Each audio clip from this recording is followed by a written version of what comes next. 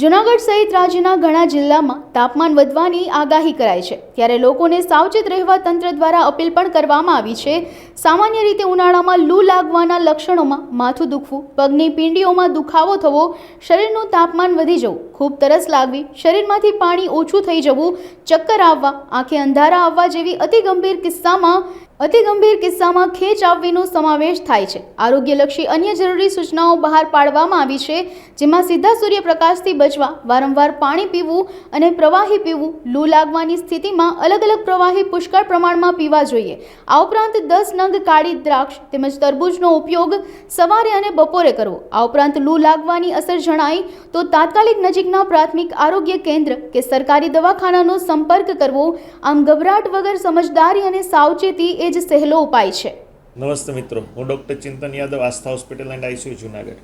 હવે ગરમીની સિઝન ફૂલ ફ્લોમાં ચાલુ થઈ ગઈ છે, તાપમાન પણ દિવસે દિવસે વધતું જાય છે, ત્યારે વધારે પડતા તાપમાનના તડકાના લીધે થતી સાઇડ ઇફેક્ટના કારણે પણ દર્દીઓમાં ખૂબ જ ધસારો જોવા મળી રહ્યો છે।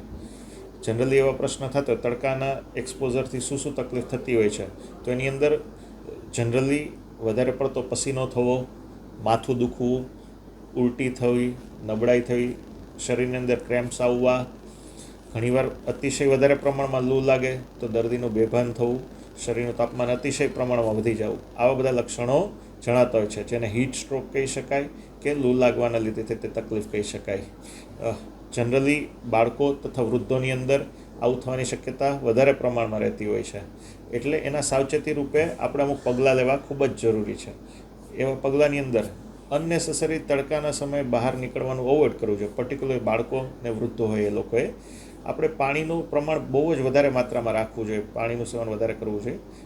ખાટા ફ્રૂટો, સિટ્રસ ફ્રૂટો, શરબત છે ઘરે બનાવેલા, લીંબુ પાણી છે, વરિયાળીનું શરબત છે કે જેની અંદર એન્ટીઓક્સિડન્ટ્સનું પ્રમાણ વધારે રહેલું હોય છે, તો એનું સેવન આપણે વધારે પ્રમાણમાં કરવું જોઈએ।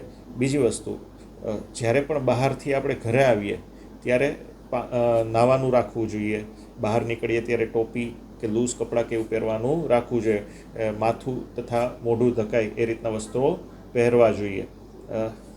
સૌથી અગત્યની વસ્તુ છે કે બહારના ખોરાકનું પ્રમાણ જનરલી આની અંદર સિઝનમાં ગોલાનું કે જેમાં આર્ટિફિશિયલ કલરનું પ્રમાણ વધતું હોય છે, લગ્ન પ્રસંગ હોય તો એની અંદર દૂધ કે એની વસ્તુનું પ્રમાણ વધારતા હોય છે, ત્યારે ગરમી અંદર જ્યારે આ બધી વસ્તુ લેવાય છે ત્યારે પણ એની શરીરની અંદર ખરાબ અસર થતી હોય છે, તો આ બધી વસ્તુ અવોઇડ કરવી જોઈએ।